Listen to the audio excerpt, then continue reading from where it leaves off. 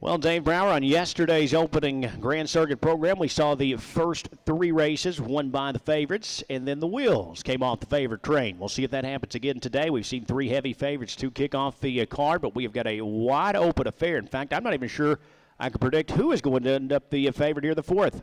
I think it'll be a difficult call here. A couple different ways you can go. Right now, it's your top pick, number one, Beyond Ecstasy, for Jim Campbell, Jeff and Mike Snyder and the Four Friends Racing Stable. And she's come off a couple of really tough trips, used hard in the Kentuckiana division up at Hoosier Park there, and she didn't really pack it in. I always take note of that when horses are pressed hard after quick fractions. Sometimes they pack it in completely, sometimes they stick around. Beyond Ecstasy certainly did that. We just saw number two, Marlowe Hanover, scoring down there a little bit aggressively for Dave Miller. She looked a little warm out on the track. Now, of course, it is a bit hot today in Lexington, has been all week and will be for the next couple of days here. But what a day it was yesterday for her 24-year-old trainer, Carter Pinsky. His very first Grand Circuit starter resulted in a world record. I've watched Marlowe Hanover, especially since that second-place finish in the kindergarten back on July 5th when she was second to a big favorite. She was 95-1 that night, and she came home in 25-3, and she's done nothing wrong since. So hopefully she'll relax a little bit more between now and when the starting gate begins to roll. Yes, Dave, I know we were sitting right next to each other on that Meadowlands set that night. She put in a major scare to Lady Lou, the forward here that night at a big price. Again, just a wide-open affair. You said it. She hasn't done anything wrong. Easy winner in that Pennsylvania Consolation. What do you make of a filly like the 8 New Year? She comes in from Harris Filly, undefeated, very well-bred daughter, Some Beach, somewhere from that very tough mare, Dropped the Ball, who was just wicked fast.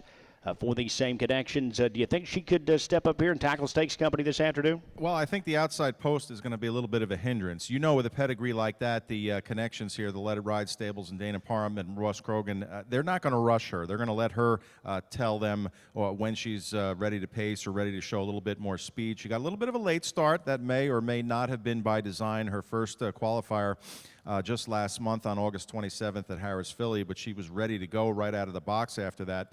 Specifically raced from off the pace. Now, Corey Callahan, the captain, might be under orders again here.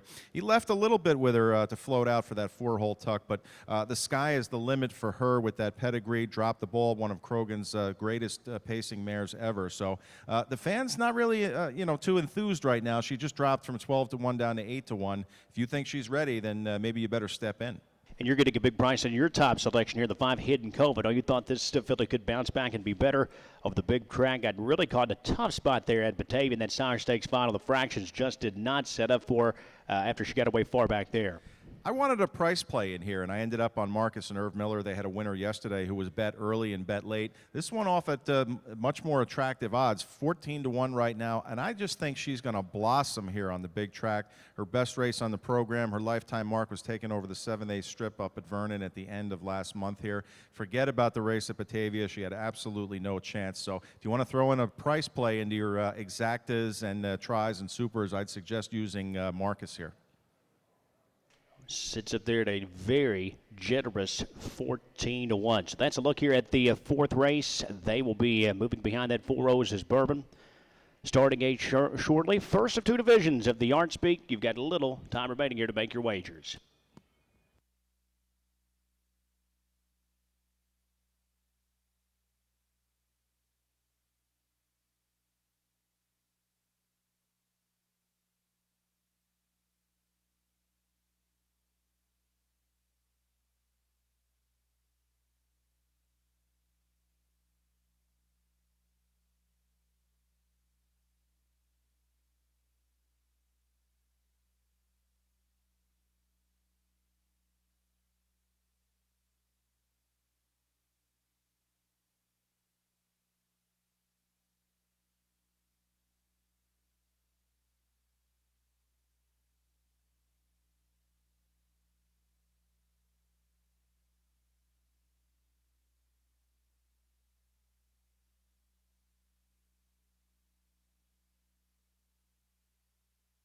That 4 Roses Bourbon starting gate has moved into position. Post time for the fourth race.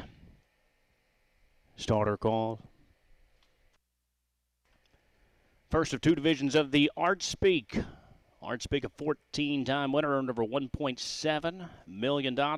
First crop, now 2. He's had stakes winners in that first crop. Now standing at Winback Farm of Ontario. First Ontario crop.